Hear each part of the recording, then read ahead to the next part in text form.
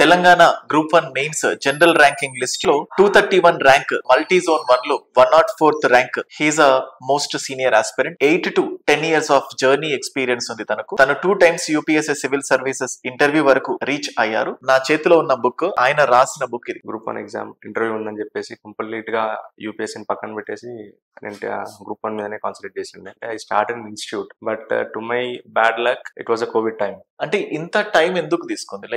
So I thought myself in that aspect at least I'm the unluckiest person. Huge depressed state లో ఉంటారు. Only one thing, I'm thankful to my parents.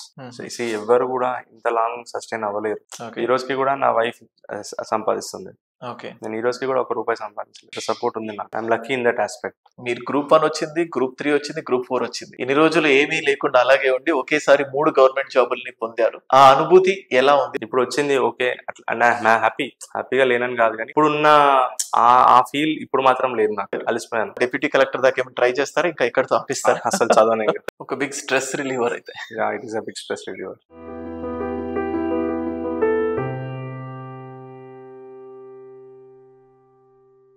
Hello అండి, welcome all of you. So ఈ వీడియోలో స్పెషల్గా ranking list ఇచ్చిన తర్వాత దాంట్లో 231 rank secure చేసిన అరవింద్ గారు మనతో ఉన్నారు. సో అండ్ అలాగే తను మల్టీ జోన్ 1 లో 104th ర్యాంక్ సెక్యూర్ చేయడం జరిగింది. సో అరవింద్ గారి గురించి మనం క్లియర్ కట్ గా డిస్కస్ చేస్తే, he is a most senior aspirant. Almost UPSC civil services 8 to 10 years of journey experience ఉంది తనకు. తనకు సంబంధించిన ఆల్ 9 అటెంప్ట్స్ కంప్లీట్ అయిపోయాయి. సో ఈ 8 to 10 years ఆఫ్ జర్నీలో తను 2 times UPSC civil services interview వరకు రీచ్ అయ్యారు. అండ్ అలాగే ప్రెసెంట్ తెలంగాణ స్టేట్ లో గ్రూప్ 4 జాబ్ చేస్తూ ఉన్నారు. So he also secured rank in to that. And అలాగే మనం ఇప్పుడు చూస్తే నా చేతిలో ఉన్న బుక్ ఆయన ఆథర్, అంటే ఆయన రాసిన బుక్ ఇది, public administration and ethics. So ఇది ఎక్స్క్లూజివ్ గా ఏపీఎస్సీ గ్రూప్ 1 మెయిన్స్ కి సంబంధించి అండ్ అలాగే డిఫరెంట్ కాంపిటేటివ్ ఎగ్జామినేషన్స్ కి హెల్ప్ అవుతున్న బుక్ ఇది. సో ఇది అరవింద్ గారికి సంబంధించిన ఒక చిన్న overview and introduction. And ఇంకా క్లియర్ గా చెప్పాలంటే he is my friend also. So తను చాలా లాంగ్ టైం నుంచి we also into this interaction అవుతూ ఉన్నాము. సో తన ప్రిపరేషన్ జర్నీ ఎలా సాగింది, సో ఆ ప్రిపరేషన్ జర్నీ నిజంగా తనతో పాటు ప్రిపేర్ అవుతున్న వాళ్ళకు ఈ లాంగ్ జర్నీ ఒక కైండ్ ఆఫ్ మోటివేటింగ్ ఫ్యాక్టర్ లాగా ఉంటుంది అని ఎక్స్పెక్ట్ చేస్తున్నాను. Let's go for this video. Hello అండి. Hello. Yes Aravind, first of all congratulations. Compulsory rank వస్తుంది, ఏదో ఒక పోస్ట్ అయినా కానీ. You will be into this group 1. Very happy for that. Very happy for this. Yes Aravind, let's start from the beginning. అంటే మీ journey ఎలా start అయింది?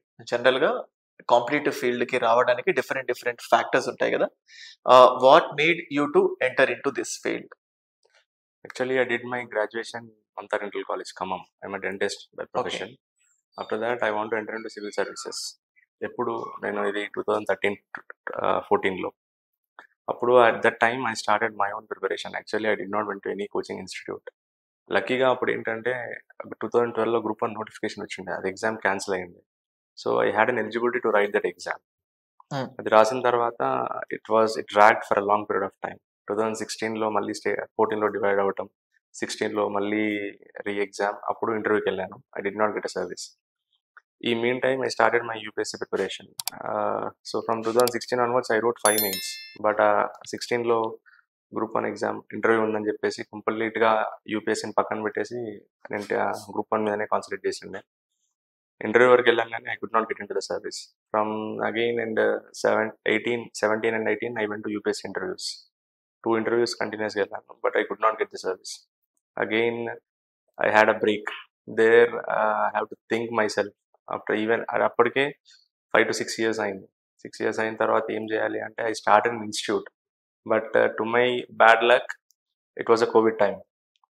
So continuously 2-3 years COVID. So I have to drop that plan also. లక్కీగా అప్పుడు group 1 notification రావటం. So again I started my preparation. Luckily now I'm through it at last after a long period of time. ఒక big stress reliever అయితే. Yeah, it is a big stress reliever. Yeah. Finally a small victory to my satisfaction. At least I am out of it now. Okay. ఎలా జరిగింది like preparation?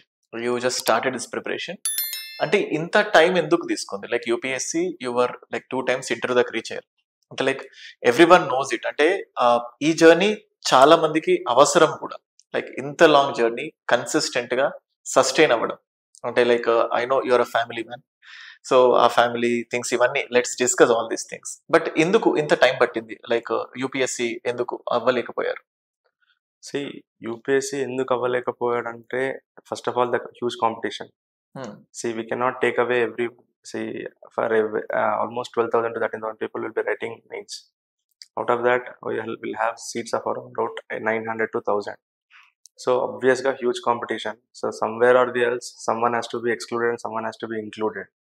So, once you are into the interview, most of the people are of same category. Somewhere, some amount of luck has to favor you. Yeah. So, I thought myself, in that aspect, at least I'm the unluckiest person. Okay. Okay. So huge ups and downs. Huge ups and అంటే downs. Almost UPS attempts అయిపోయాయి.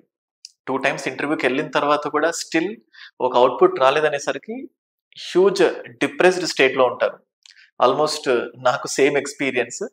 But అయినా దాన్ని తట్టుకొని still you continued with this group and you got this success.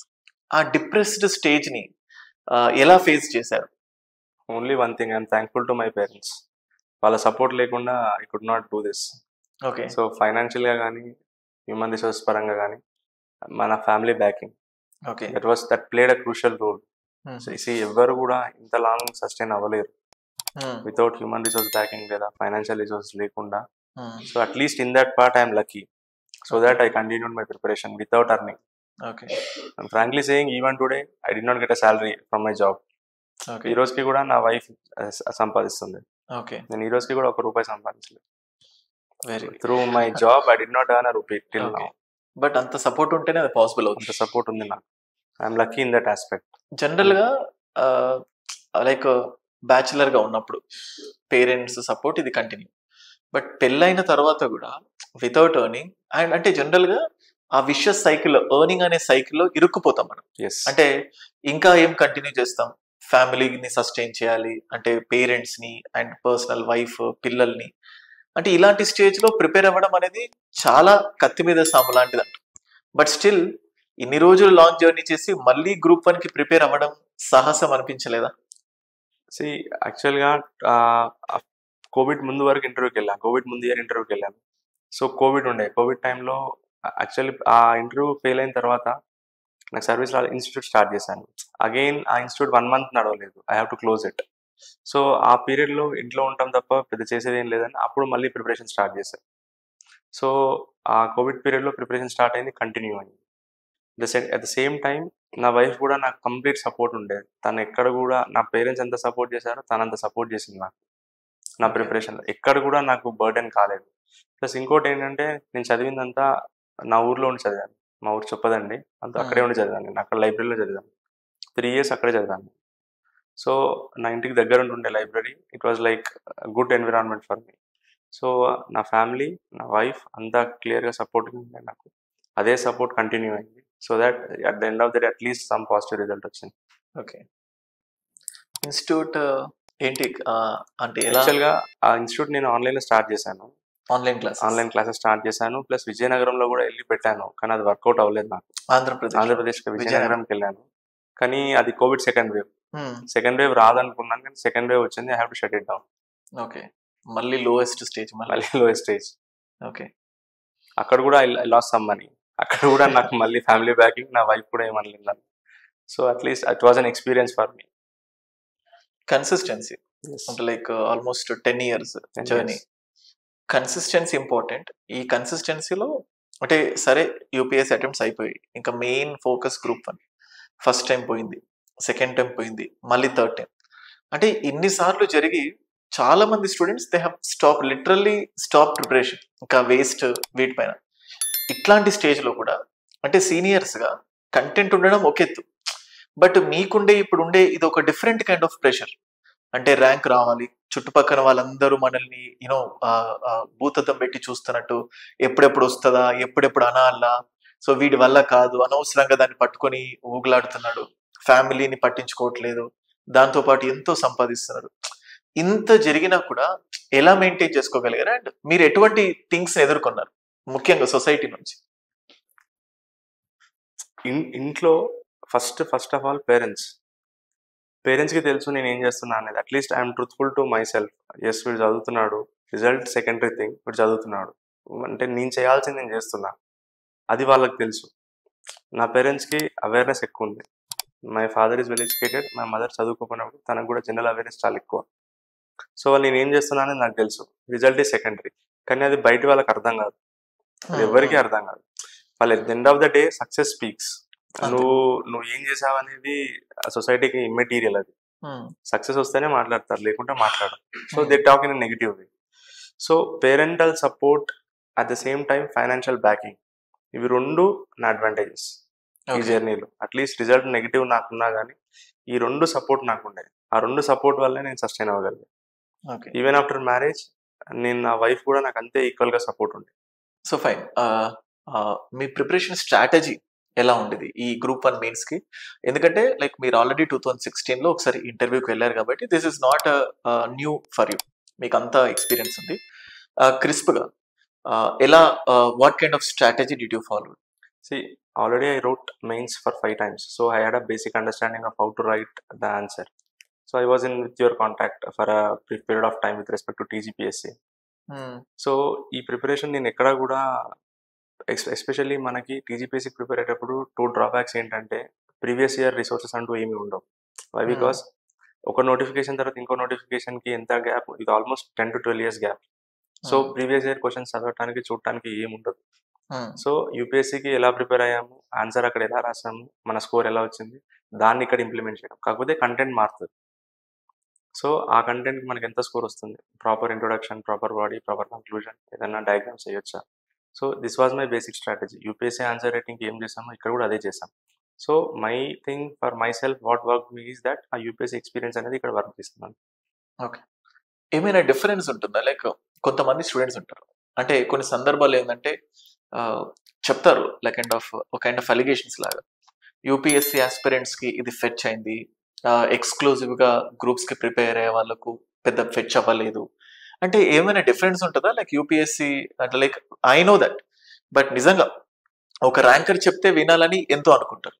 మీకు అనిపించింది అంటే UPSC preparation and ఈ group 1 preparation differences? See, first of all, if you want to compare with UPSC and TGPSC, there has to be consistency. UPSC every year notification ఉంటుంది. So every year ఒక ఇండివిజువల్కి ఒక rank వస్తుంది, ఒక score వస్తుంది, ఎందుకంటే కంటిన్యూస్గా attempts ఉంటాయి కాబట్టి. కానీ ఇక్కడ అట్లా ఉండదు. నువ్వు 10 years తర్వాత రాస్తున్నావు, ఇక్కడ వచ్చింది ర్యాంక్, అక్కడ రాసావు కాబట్టి ఇక్కడ వచ్చిందని చెప్పడానికి లేదు. ఇక్కడ క్రైటీరియా ఏంటో మనకు బయటకు వచ్చే వరకు ఏం తెలియదు, ఇక్కడ ఎలా కరెక్షన్ చేశారనేది మనకి ఏం తెలియదు. Obviously if you right UPSC, ఆ ఫెచ్ అనేది మీకు ఉంటుంది, అడ్వాంటేజ్ అనేది మీకు ఉంటుంది. ఎందుకంటే యూపీఎస్సీ ఆన్సర్స్ టైం పీరియడ్ ఎక్కువ ఆన్సర్స్ రాయాలి, ఇక్కడ అంత అవసరం లేదు. సో ఆ హ్యాండ్ రైటింగ్ స్పీడ్, ఆ hand writing skill, on time exam హాల్లో మీరు ఎట్లా బిహేవ్ చేస్తున్నారు, ఎట్లా రాస్తున్నారు, ఎంత ఫాస్ట్గా ఉన్నారు అనేది ఆ ఒక్క ఎగ్జామ్ ఎన్విరాన్మెంట్ అడ్వాంటేజ్ ఉంటుంది. అంతేగాని అక్కడ వస్తే ఇక్కడ రావాలని లేదు, ఎందుకంటే సబ్జెక్ట్స్ కూడా డిఫరెంట్ కదా. ఫర్ ఎగ్జాంపుల్ ఇప్పుడు తెలంగాణ మూవ్మెంట్, తెలంగాణ హిస్టరీ యూపీఎస్సీలో ఉండదు కదా. ప్లస్ అక్కడ ఎస్ఏ మార్క్స్ కూడా 150కి, ఇక్కడ 75కి, సారీ 50 మార్క్స్ 150.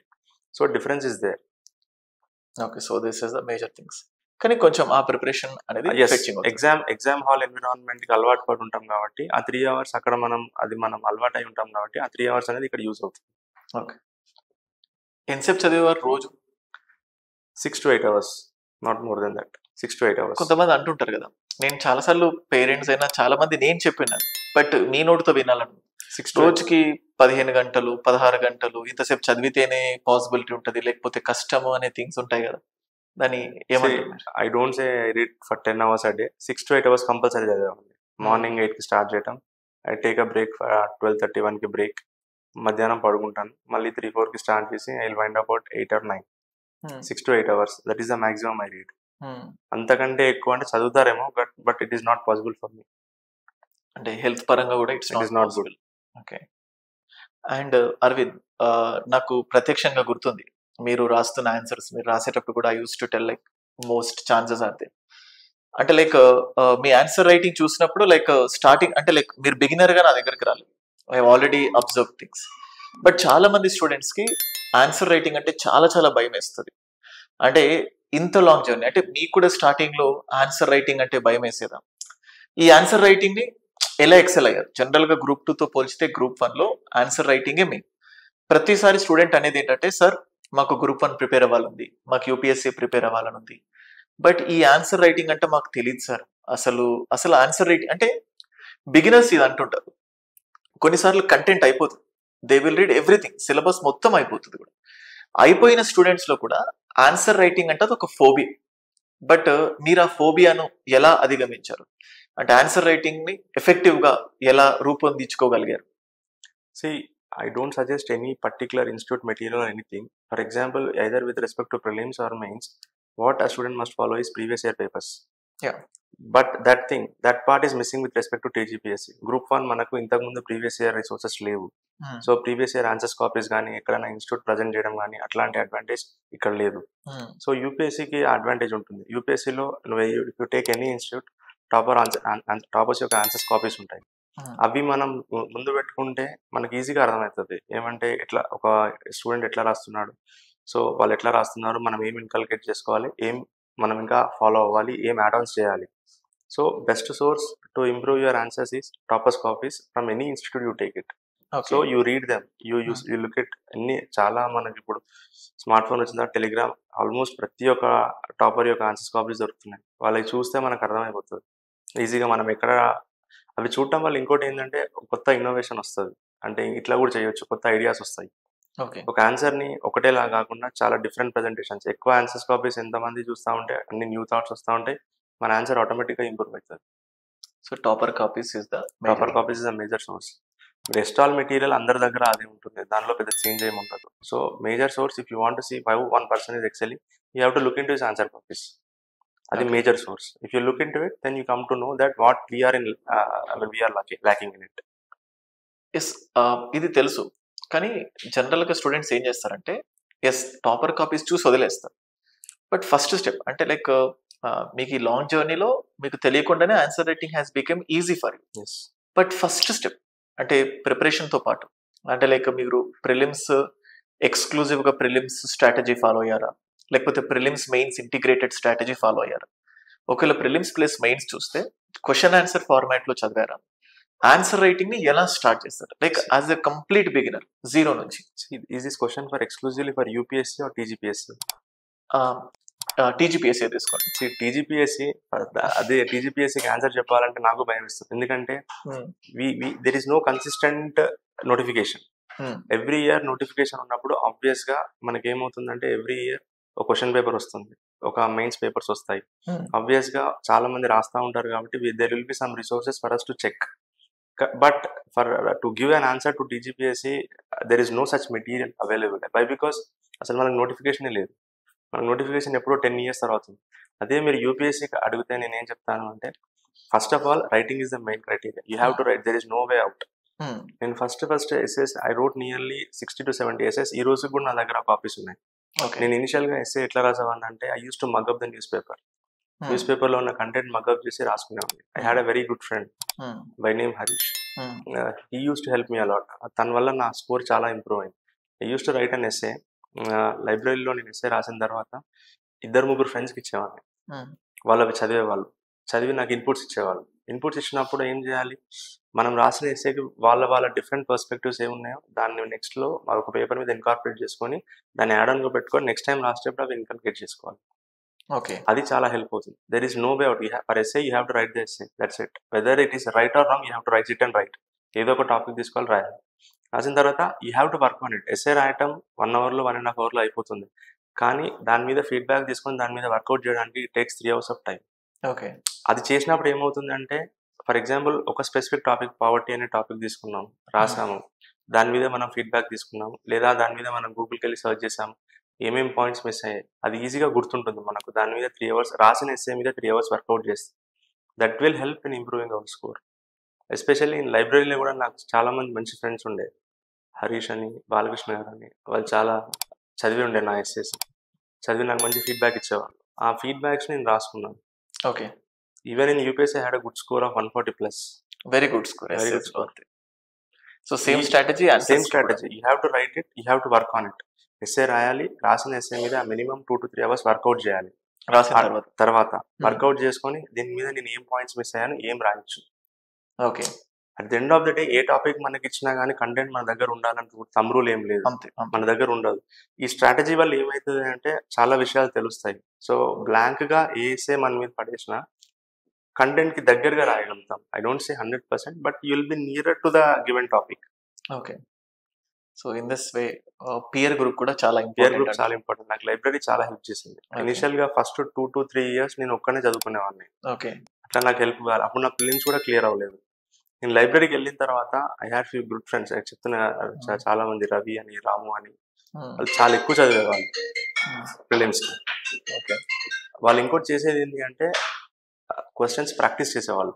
క్వశ్చన్స్ ఎగ్జామ్ హాల్లో ఎలా ఉందో ఇక్కడ కూడా అలానే ప్రాక్టీస్ చేసేవాళ్ళు. వాళ్ళు ప్రిలిమ్స్ ఈజీగా క్లియర్ చేసేవాళ్ళు. నేను ఎప్పుడు ప్రిలిమ్స్ అంత ఈజీగా క్లియర్ చేయలేదు.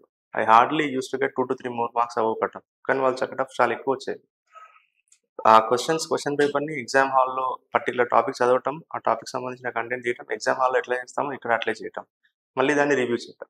It takes lot of time. Exam రాయటం 1 hour అయిపోతుంది, కానీ దాన్ని రివ్యూ చేయటం it takes time. It takes 2 to 3 hours of time. Same టెంపోతో ఉన్న టీమ్ కూడా ఉండాలి. లైక్ నాకు ఆ టీం ఉంది. ఓకే. ఇప్పుడు వాళ్ళ పర్ఫార్మెన్స్ ఎలా ఉంది? నేను చెప్పిన వీళ్ళందరూ ఇప్పుడు అట్లా they are into group level post actually. Okay. అందరికి ఏదో I'm the last one. Okay. Finally you have excelled. So అంటే లైక్ ఏ సబ్జెక్ట్ అంటే లైక్ కరెంట్ అఫైర్స్ ముఖ్యంగా స్టూడెంట్స్ చాలా వరీ అయ్యేది కరెంట్ అఫైర్స్ కి సంబంధించి.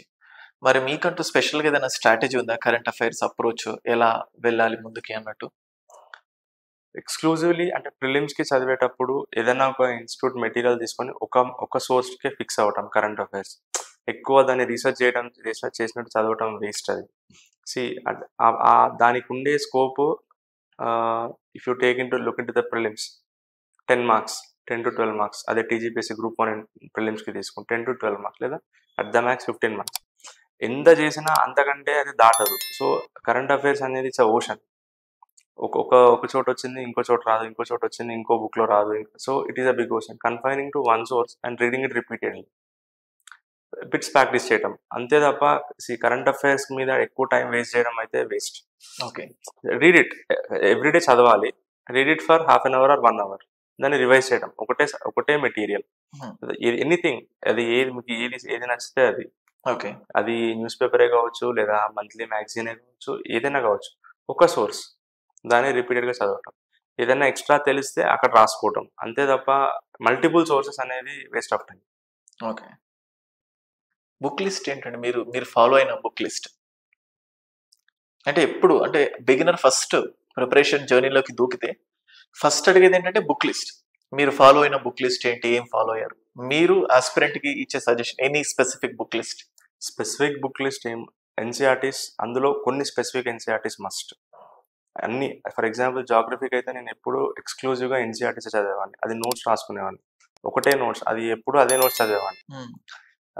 ఎకనామిక్స్ కూడా ఒక 12th standard ఎన్సీఆర్టీ బుక్ ఉంటుంది, బేసిక్ బుక్, అదొకటి.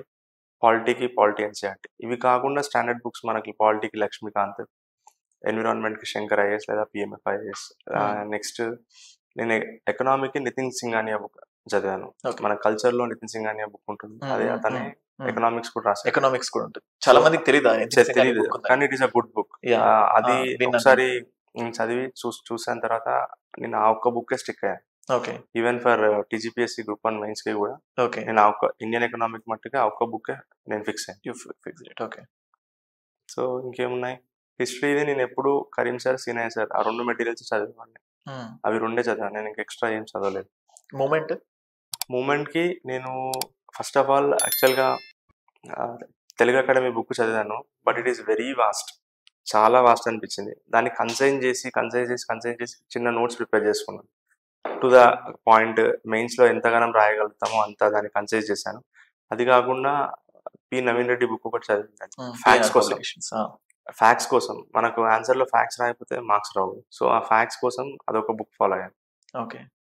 So moment is like new thing for us. అంటే దానికి ఎందులో నుంచి చేస్తే ఎట్లా వస్తుంది, మన క్వశ్చన్స్ ఎట్లా వస్తాయి అనేది ఇట్ ఈస్ ఫస్ట్ టైం కదా, మనకంత క్లారిటీ లేదు. ఎప్పుడు కరీం సార్ బుక్ కూడా చదివాను మూమెంట్కి. ఓకే. అంటే అది ఆన్సర్ కంటెంట్ రాయడానికి కూడా బాగుంటుంది. సో స్ట్రక్చర్గా ఉంటుంది.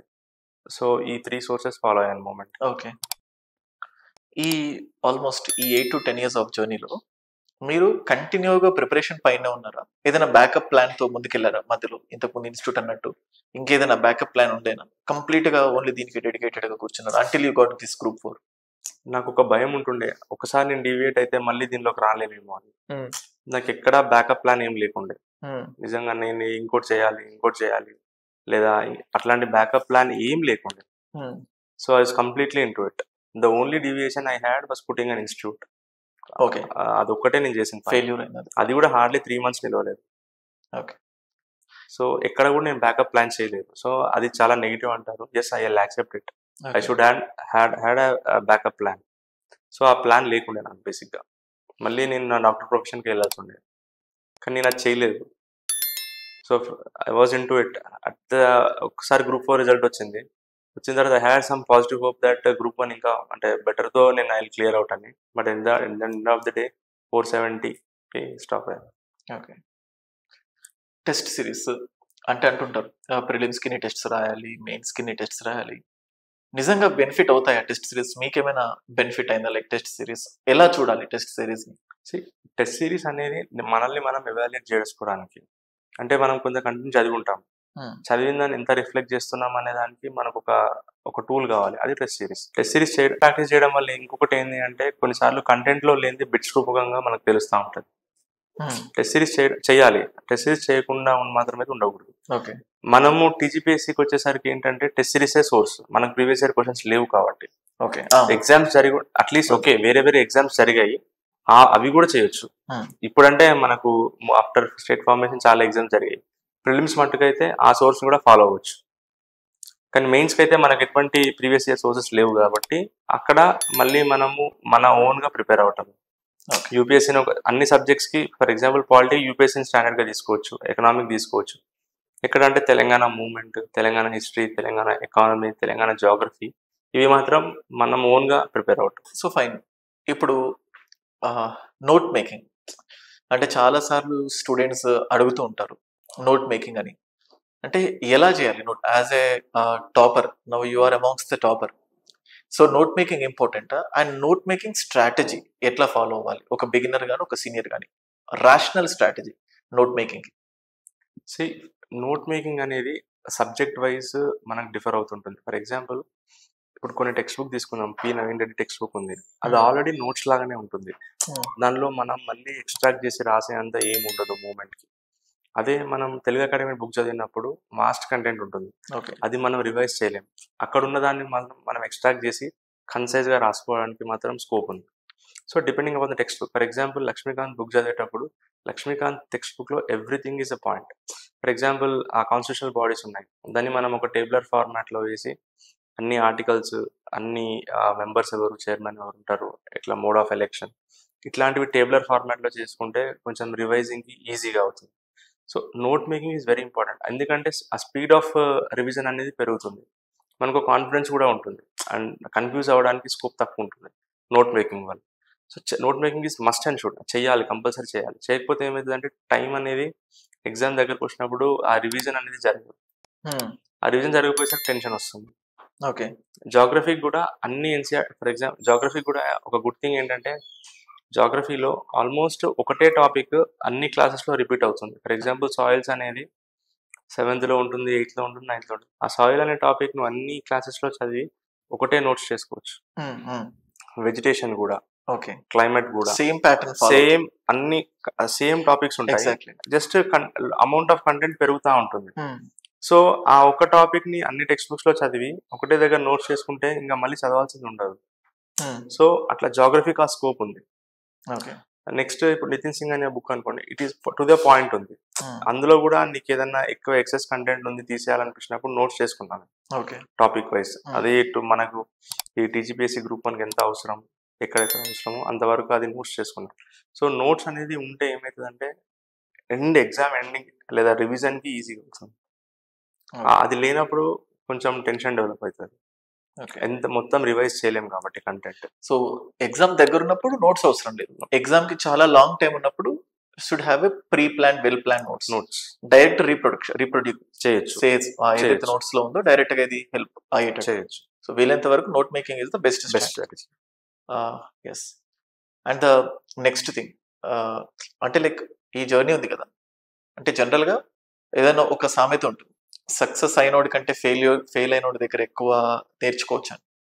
మీరు ఇప్పుడు సక్సెస్ అయ్యారు, బట్ మోర్ ఎక్స్పీరియన్స్. ఏవి చెయ్యొద్దు, what should not be done, ఒక 2 to 3 పాయింట్స్ మీరు ఏం చేయొద్దు స్టూడెంట్స్ కి మీరు ఇచ్చే సలహా. నేను ఇది out of my personal experience. ఇది వేరే వాళ్ళకి నచ్చొచ్చు, నాకు నచ్చకపోవచ్చు. It is solely my own out of my experience I'm telling you. ఈ ఫీల్డ్లో 4 to 5 years కంటే ఎక్కువ ఉండకూడదు. ఇది కూడా ఎక్కువే అంటాను నేను. ఇప్పుడున్న టెక్నాలజీ మనకి ఇంత జనరేషన్ ఎంత ఫాస్ట్గా మూవ్ అవుతుందో, don't be in this field apart from more than 4 years. Okay, give your best shots in 4 years and get out of this field. అది పాజిటివ్ అయినా నెగిటివ్ అయినా.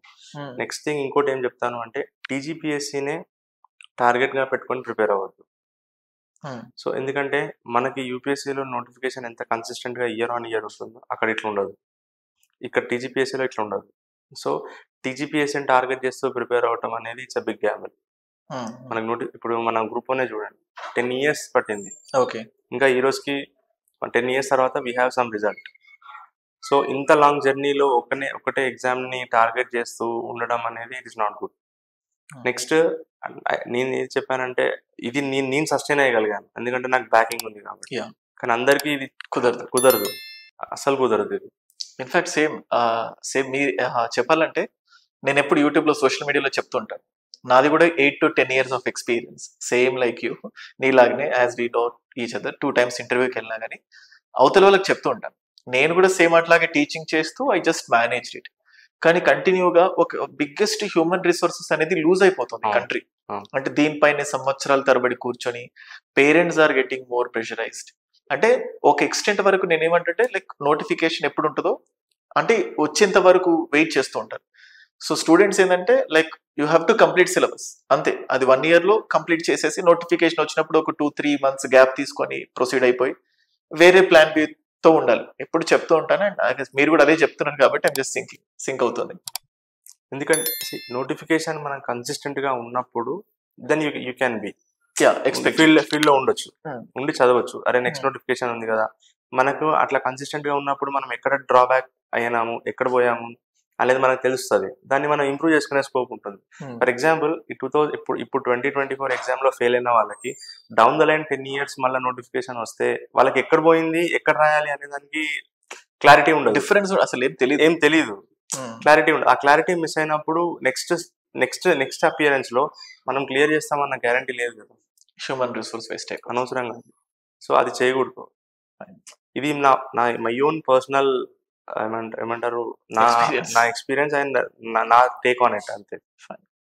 అండ్ వెరీ ఇన్స్పిరేషనల్ జర్నీ, ఈ long journey, you know very important thing. ఈ almost మీ 8 to 10 years of జర్నీలో ఒక beginner గా rank కొట్టే పర్సన్ తో పోల్చితే మీరు ర్యాంక్ కొట్టేటప్పుడు మీరు చేసిన experiences are so huge.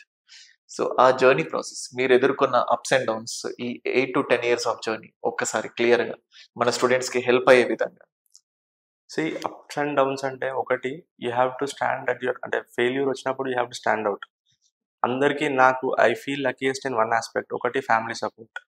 Actually competitive ఎగ్జామ్స్లో ఒక స్టూడెంట్ సర్వైవ్ అవ్వాలంటే 2 resources ఉండాలి, ఒకటి హ్యూమన్ రిసోర్స్, ఇంకోటి ఫైనాన్షియల్ రిసోర్సెస్. ఈ 2 resources నాకు బ్యాకింగ్ ఉండే, నా పేరెంట్స్ కానీ, నా తర్వాత మ్యారేజ్ అయిన తర్వాత నా వైఫ్ కానీ equally supportive to me, equally encouraging to me. నాకు ఎన్నిసార్లు ఫెయిల్యూర్ వచ్చినా they stood at with me.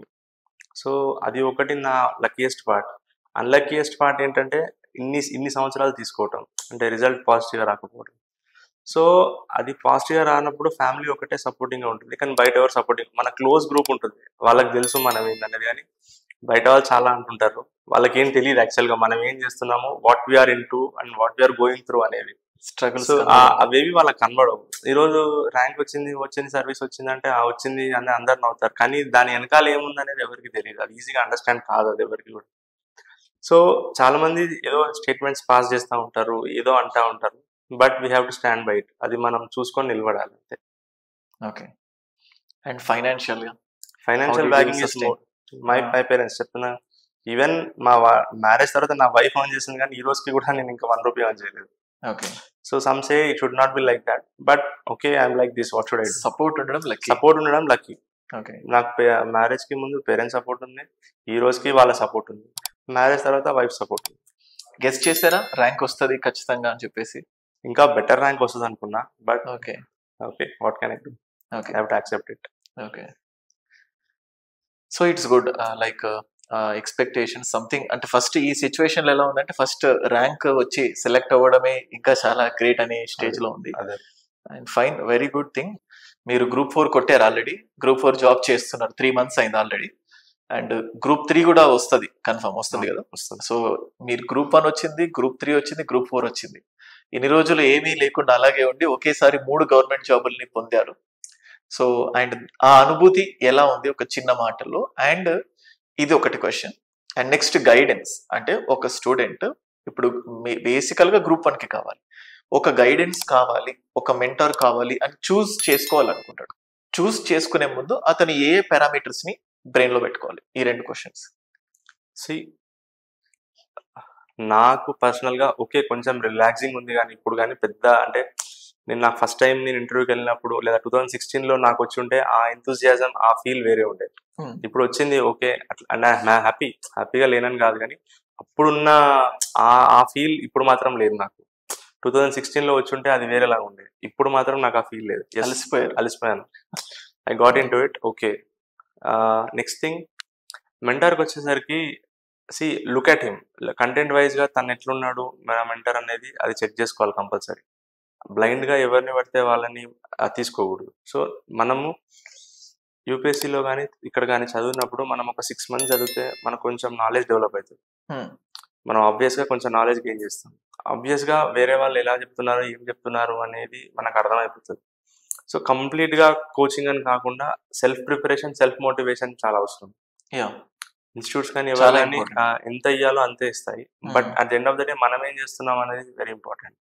C answer ఇన్స్టిట్యూట్కి వెళ్తే క్వశ్చన్ పేపర్ ఇస్తారు, ఆన్సర్ రాయమంటారు, కానీ మనం ఏం చేయాలి? రాసిన ఆన్సర్ని మళ్ళీ మనం ఎవాల్యుయేట్ చేయాలి, దాని మీద వర్కౌట్ చేయాలి. అది మనం ఎక్కువ టైం చేయాలి. అది చేయనప్పుడు ఏమవుతుందంటే ఆ ఇన్స్టిట్యూట్కి వెళ్ళి కూడా వేస్టే కదా. సో రాసిన ఆన్సర్ అయినా, రాసే ఎగ్జామ్ అయినా, రాసిన తర్వాత మనం రీఎవాల్యుయేషన్ చేయాలి. దాన్ని ఎవాల్యుయేషన్ మన సెల్ఫ్ ఎవాల్యుయేషన్ చేసుకోవాలి. చేసుకున్నప్పుడే మనకి ఇంప్రూవ్మెంట్. చాలా మంది అంటుంటారు they are paying for test series but not getting evaluated. అది వాళ్ళు ఎవాల్యుయేట్ చేసిన దాని మీద వాళ్ళు ఇచ్చిన సపోజ్ మోడల్ ఆన్సర్ కావచ్చు, లేదా ఇంకెవరన్నా మన ఫ్రెండ్స్ ఎవరన్నా వేరే ఆన్సర్ రాస్తుంటే దాన్ని పెట్టుకొని మనం సెల్ఫ్ ఎవాల్యుయేషన్ చేయాలి. ఓకే, చేసినప్పుడే ఇంప్రూవ్మెంట్ అనేది ఉంటుంది. అట్లా చేయనప్పుడు రాసి వచ్చేది మర్చిపోతే దానివల్ల నో యూస్. థ్యాంక్ యూ అండి. Thank you so much Arvind. It's a wonderful journey. మీరు అంటున్నారు అలసిపోయారని, బట్ అది చూసినప్పుడు గూస్ బంప్స్ అంటారు కదా. ఇంత long journey, group 1, group 3, group 4 ఈ 3 jobs ని క్రాక్ చేశారు ఒకేసారి. న్యూస్ పేపర్ లో చూస్తున్నాం ఒకేసారి 2 జాబ్లు, ఒకేసారి 3 జాబ్లు. సో ఓకే, ఇట్లాంటివి చూస్తున్నాం. ఇట్స్ ఫైనల్ ఎండింగ్ అనేది చాలా సినిమాలో ఎట్లా సినిమా ఉన్నా ఎండింగ్ అనేది హ్యాపీగా ఉన్నట్టు మీ సినిమాకు రియల్ గా ఒక హ్యాపీ కంక్లూజన్ అనేది వచ్చింది. ఇంకొక నెక్స్ట్ ఛాలెంజ్ ఉంది. ఈ ఫీల్డ్ లో ఎలా మీరు నిలదొక్కుంటారు, ఎలాంటి అచీవ్మెంట్స్ చేస్తారు, ఎలాంటి పబ్లిక్ సర్వీస్ చేస్తారు. I wish you all the best. ఇంకా మంచి స్టేజ్కి వెళ్ళాలి. ఇంకొకసారి ఇంకా డిస్ట్రిక్ట్ కలెక్టర్, డిప్యూటీ కలెక్టర్ దాకా ఏమైనా ట్రై చేస్తారా? ఇంకా ఇక్కడతో ఆపిస్తారు? అసలు చదవను. Okay, completely satisfied with this results. And final గా ఒక suggestion, like the people who are preparing for this competitive exams, వాళ్ళకు యాజ్ అన్ ఇంత లాంగ్ జర్నీలో మీకున్న ఎక్స్పీరియన్సెస్ తో వాళ్ళకు మీరు ఇచ్చే సజెషన్ అంటే వాళ్ళు ప్రిపేర్ అవుతుంటే ఎలాంటి వాటిని యూనో పాజిటివ్ ని తీసుకోవాలి, ఎలాంటి వాటిని ఫేస్ చేయాలి, ఎలాంటి వాటిని ఓవర్కమ్ చేయాలి, ఒక డీటెయిల్డ్ థింగ్స్. ఫస్ట్ థింగ్ నేను నా అవుట్ ఆఫ్ నా ఎక్స్పీరియన్స్ నేను చెప్పేది ఏంటి అంటే టీజీపీఎస్సీని ఎక్స్క్లూజివ్ గా గోల్ పెట్టుకొని మాత్రం ప్రిపేర్ అవ్వద్దు please. This is my suggestion out of my experience. If you want to ఇంకా ఏదైనా ఎగ్జామ్స్ పెట్టుకొని ప్రిపేర్ అవ్వండి టార్గెట్గా. టీజీపీఎస్సీ నోటిఫికేషన్ ఇస్తే రాయండి, అంతేగాని టీజీపీఎస్సీని ప్రిపేర్ అవుతా అనుకుంటే మాత్రం ఇట్ ఈస్ నాట్ గుడ్. నేను ఎక్కువ రోజులు ఉన్నాను, but I will not suggest anyone to be in this field for such long period of time. maximum 4 years. After 4 years you get out of this field. You choose some other field which you like it apart from this. అదంటే ఇది ఇనిషియల్గా నేను చెప్పే suggestion చాలా మంది young బ్లడ్కి నచ్చకపోవచ్చు. అంటే who are in their 21, 22 వాళ్ళకి అంటే తను క్లియర్ చేశాడు వెళ్ళిపోమంటున్నాడని. But once you go through it you realise it slowly. So 4 years at the max you give your UPSC attempts. ఆ యూపీఎస్సీ ప్రిపరేషన్లో ఒకవేళ టీజీపీఎస్సీ నోటిఫికేషన్ ఇస్తే రాయండి. అంతేగాని ఎక్స్క్లూజివ్గా టీజీపీఎస్సీని టార్గెట్ చేస్తూ మాత్రం టైం వేస్ట్ చేయొద్దు, ఎందుకంటే క్లారిటీ లేదు. Next thing consistency, always consistency. అంటే ఎట్లా అంటే 1 week చదివిన తర్వాత ఒక బోర్డమ్ అనేది వస్తుంది. You enjoy for 1 day, but next day మళ్ళీ అదే ఎక్సర్సైజ్ చేస్తూ ఉండాలి, డైలీ ఇదే పని చేస్తూ ఉండాలి. ఆ కన్సిస్టెన్సీ మిస్ అయితే ఎగ్జామ్ మనకు దూరం అయిపోతుంది. కన్సిస్టెన్సీ అనేది must. Be truthful to yourself. నువ్వు చదువుతున్నావా, be truthful to yourself. Next దేనికి భయపడద్దు. ఎస్పెషల్లీ ప్రిలిమ్స్ని చాలామంది ప్రాక్టీస్ చేయరు, తక్కువ స్కోర్ వస్తుంది అని. దేనికి భయపడద్దు. పాస్ అయినా ఫెయిల్ అయినా ప్రాక్టీస్ చేయాలి. Mind set. ఇప్పుడు చాలామంది స్కోర్స్ కూడా నిజం చెప్పారు, అయిందా చెప్పారు, కాదా చెప్పారు. అట్లాంటిది లేదు. రాలేదు అంతే. Accept it at that moment. రాలేదు, నాకు రాలేదని చెప్పాను, వచ్చింది, నాకు వచ్చింది. సో ప్రిలిమ్స్ని కూడా ముందే ప్రాక్టీస్ చేయాలి. ప్రిలిమ్స్ని కూడా ముందే మీరు ఎక్కడ చదివితే అక్కడ previous year papers or institute papers whichever you like, practice it. Previous year papers చేయడం the best. You have to do it. Content చదువుతున్నప్పుడే చేయాలి. ఆన్సర్ రైటింగ్ కూడా ప్రీవియస్ ఇయర్ క్వశ్చన్స్ని ఎక్కువ ప్రాక్టీస్ చేయాలి. కంటెంట్ని ప్రాక్టీస్ చేయకుండా ఎగ్జామ్కి వెళ్ళి చేస్తా అంటే మాత్రం ఇట్ విల్ నాట్ వర్క్అవుట్.